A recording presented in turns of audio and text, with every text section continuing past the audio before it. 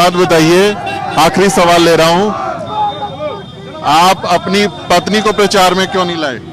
देखिए, ये आंदोलन है मेरे लिए समाजी परिवार, और मैं नहीं चाहता कि ये आंदोलन में तमाम तरह के संघर्ष हैं। मैं व्यक्तिगत अपना जीवन समर्पित कर चुका हूं। मैं नहीं चाहता कि मेरा परिवार इस आंदोलन में, क्योंकि ये परिवारवाद का आंदोलन है ही नहीं, ये तो आंदोलन मेरी पत्नी और मेरी संतान आगे नहीं चलाएगी। जो मेहनत करेगा, संघर्ष करेगा, वो चलाएगा। जिसके अंदर जज्बा, काबिलियत होगी, जो अपने आप को मिटाएगा समाज के लिए, वो चलाएगा। अगर परिवार चलते ना तो बहुत लोग सफल हो जाते। ये तो आंदोलन मान्यवर काशीराम साहब कहाँ चलाए, उनके बाद के जो दूसरे लीडर है, हमारे नेता रही है, वो कहाँ चलाए, तीसरा कोई कहाँ से पैदा हो, कहाँ चलाएगा, ये समय तय करेगा। तो मैं अपने इस लड़ाई को इस परिवार के सहारे लड़ रहा हूँ। मेरा ये बड़ा परिवार है, जिसके लिए मैंने उस परिवार को पीछे छोड़ा हुआ है। मैंने इसी हफ्ते में 1 साल पहले फरवरी के लास्ट वीक में आपसे मुलाकात करते हुए इंटरव्यू किया था।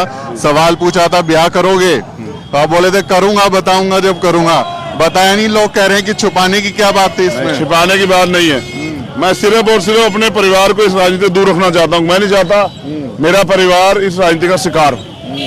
उनके लिए पास कोई सुरक्षा नहीं है, और मेरे लिए रोज गोलियां तैयार, रोज धमकियां, सब चीज रहती। मैं नहीं चाहता कि मेरा परिवार जो है ना, कहीं इस अन्याय का शिकार हो जाए। वो घर है और वो अपने घर पे रह के अपनी जिंदगी को आगे जी रहे हैं, तो मैं नहीं चाहता कि उनका नुकसान। मैं महलों में नहीं रहता हूँ, राजमहलों में। मेरा एक छोटा सा घर है, अगर आप जाके देखोगे तो आपको एहसास होगा।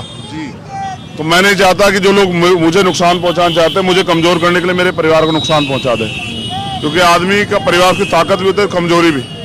इसलिए मैंने इस समाज को परिवार माना, और मैं तो अपनी माँ से भी कह गया कि मुझे मरा हुआ समझ के काम करना, क्योंकि इस आंदोलन में मैं जहाँ आया हूँ ना, ये सामंत का गढ़, यहाँ कभी भी नुकसान हो सकता है। तो मैं अपनी लड़ाई को अपने इस परिवार के कंधों पे, इनके कंधों के सहारे लड़ रहा हूँ, और यही मेरा परिवार। मैं यहाँ जन्मा, यहाँ से पहचान मिली, इन्होंने इस लड़ाई को लड़ा। मैं पहला शख्स हूँ जो चंदे चुनाव लड़ रहा हूँ। आप बताओ दूसरा कोई चंदे चुनाव लड़ रहा हो? इसलिए लड़ रहा हूं कि और गरीब लोग भी तैयार हों, और वो डरे नहीं, पैसे के तंत्र से ना डरे, वो अपनी लड़ाई लड़ने के लिए मैदान में आए। और जो कहते हैं कि हमारे साथ लोग नहीं, देखना ये सैलाब, ये पैसों पे नहीं आया, ये अपने प्यार से आया, ये मोहब्बत से आया, ये भरोसा करता है चंद्रशेखर पे। इनके लिए चंद्रशेखर है, बड़े बड़े महलों वालों के लिए नहीं है। ये भरोसा पूरे यूपी में दिखाई दे रहा है। क्या आजाद समाज पार्टी जो है, क्या उसका नतीजे रह सकते हैं? कुछ ऐसी जनता तय करेगी, लेकिन आजाद समाज पार्टी ने मेहनत की है, भीम आर्मी ने मेहनत की है, और वो अपनी लड़ाई को लड़ना जानते हो, लड़ रहे हैं। हम तो 5 साल लड़े। आपसे मेरा एक सवाल है, आप ईमानदार पत्रकार हैं, समाज के बुनियाद भी हैं। मैं 2 आंदोलन मुझे आप बताइए, जो ठेकेदार हैं दलित पिछड़ों के, पिछले 5 साल में जितने अन्याय हुए, 2 आंदोलन में सड़क पे उतर के समाज के साथ विश्वास दिखाए हो कि हम आपके पीछे खड़े हैं। मेरा आपसे सवाल, नेशनल लीडरशिप तो उस तरह से नहीं दिखी। नेशनल लीडरशिप जैसा मामला, इतने लोगों की हत्या और इतने लोगों पर झूठे मुकदमे रासुका लगी, नेताओं क्या जिम्मेदार थी? उनकी मदद करते या कहते हमारा मतलब नहीं है? CAA, NPR, NRC आया, रविदास मंदिर का मामला था, किसान आंदोलन आया, 69 शिक्षक भर्ती आंदोलन, आप सब आ गए ठेकेदार के हमें दो, हमें दो।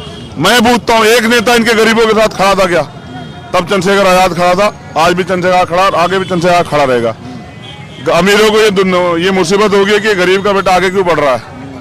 तो जो मेहनत करेगा वो आगे बढ़ेगा। मेहनत कभी छिपती नहीं है, मुझसे पहले बहुत सारे लोग पढ़े। हाँ, मैं ये सही कह रहे हो, मैं बंद कराता हूँ इसे। ठीक है, बस आखिरी सवाल, योगी को कितने वोटों से हराएंगे? एटलीस्ट भविष्यवाणी कर दीजिए। नहीं, मैं भविष्यवाणी भरोसा नहीं रखता, अम्बेडकरवादी हूँ। मैं मेहनत भरोसा रखता हूँ, और मैं मेहनत कर रहा हूँ, और मैं मेहनत के दम पे यहाँ तक आया हूँ। ये जो पहचान बने मेहनत के दम पे, आगे भी जो बनूंगा मेहनत के दम पे, दया पे नहीं बनूंगा, किसी मिश्रा जी के चरण पकड़ के नहीं बनूंगा।